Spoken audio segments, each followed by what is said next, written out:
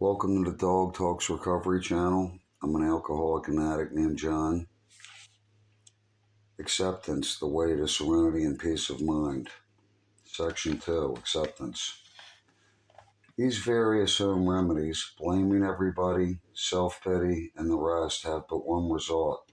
They make everybody, including ourselves, more miserable and add to our difficulties without solving them. Shall we curse God and die? No. Do what the politician does. If you can't beat them, join them. If you can't solve your problems, learn to live with them and in spite of them. Oh, sure, just like that. All very well to say, learn to live with them, but it's another thing to do it. Just how do you go about doing that? Very simple, my friend. So simple you wouldn't try it unless you were desperate. If you were desperate enough, you'll try anything. So try something that works. Try acceptance. Acceptance is the only real source of tranquility, serenity, and peace. It is also known as surrender, bowing to the inevitable, joining them. It can't be acquired if you have an urgent desire to help yourself and are willing to ask God to help you. Luckily for us, the perfect formula for acceptance, simple and practical as a can opener, is ready at hand, waiting for us to use it as hundreds of thousands before us have. Written by Reinhold Niebuhr, it is known far and wide as the Serenity Prayer. Here it is.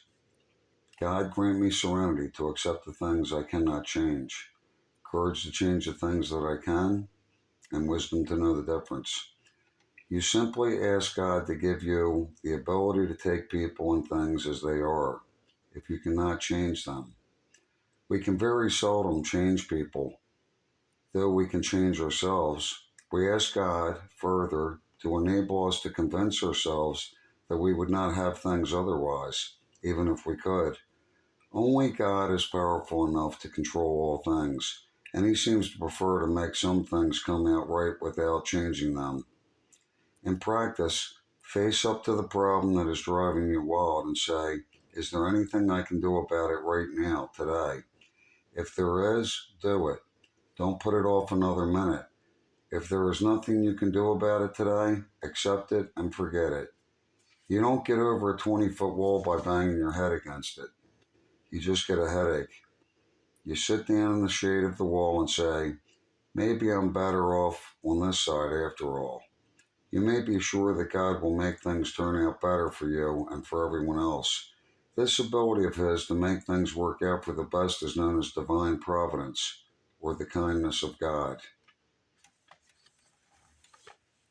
The next section coming is the kindness of God. Thanks for visiting the channel, and my goal with doing this and everything I put on here is that at some point, if it helps one person at any time in the future, then my goals have been met. So I hope that you find it helpful, or please send it to someone that might find it helpful. Thank you, and thanks for your time.